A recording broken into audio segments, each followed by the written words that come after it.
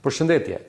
Sa herë zbresim prej 35 vjetësh në një raport në Itali, Gjermani, Greqi apo ku të tjetër në Bashkimin Evropian, na tregojnë me gisht një korridor ku na duhet të shkojmë e të futemi në radhë.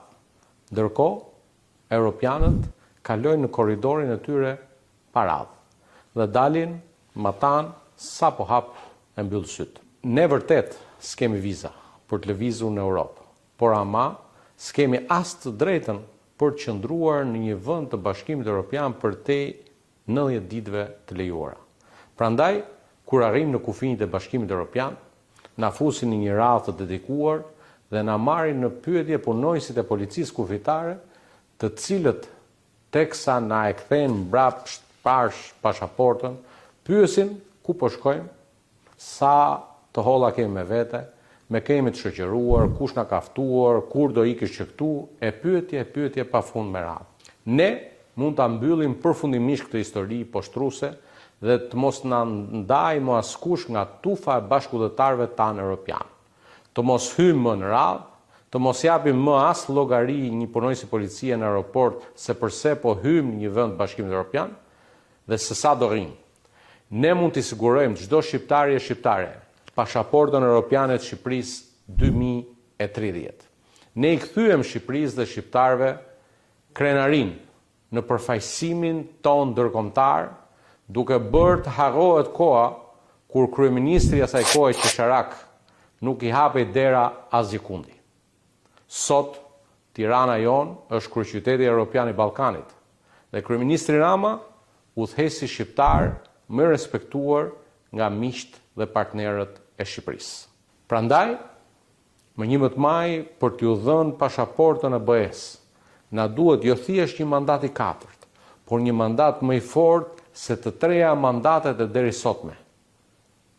Prandaj kush e do pasaportën e BE-s, duhet votoj Edi Ramën dhe Partinë Socialiste numrin 5, sepse askush tjetër nuk i pajis dot shqiptarët me pasaportën e BE-s brenda kësaj dekade deri në 2030.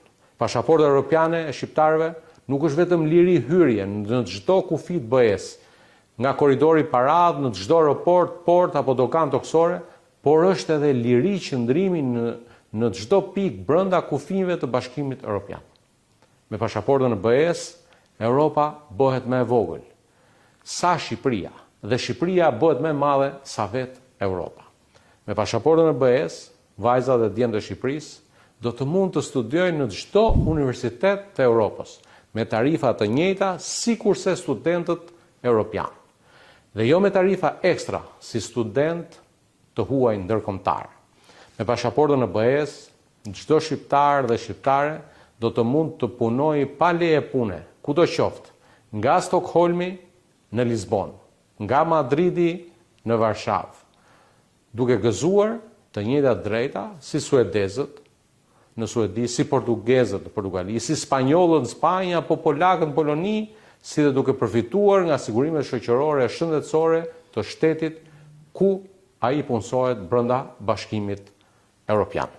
Me pasaportën e BE-s do të bëhet shumë më e lehtë edhe hyrja pa vize në shumë vende jashtë Bashkimit Evropian, apo punësimi në ato vende me procedura shumë më të thjeshtuara për leje qëndrimi apo dhe leje pune. Me pasaportën e BE-s, shqiptarët do të përfitojnë nga të njëjtat standarde të larta të mbrojtjes së të drejtave individuale para çdo institucioni ose çdo gjykate të çdo vendi të Bashkimit Evropian.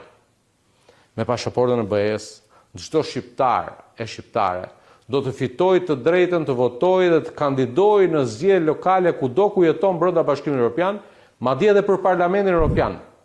Ndërkohë që edhe Shqipëria do të jetë pjesë e zgjedhjeve europiane dhe do të ketë europarlamentarët e vet në qeverinë e BE-s gjithashtu, në Komisionin Evropian, si dhe plot dje me vajza në administratën e Brukselit. Me pasaportën e BE-s, çdo ambasadë e Bashkimit Evropian të vjen në ndihmë kudo që ti ndodhesh nëse nuk ke pranë një ambasadë të Republikës së Shqipërisë. Prandaj, më 11 maj, votoni për pasaportën e Bashkimit Evropian. Votoni Partia Socialiste Edi Rama, numri 5 në fletën e votimit. Ju përshëndes.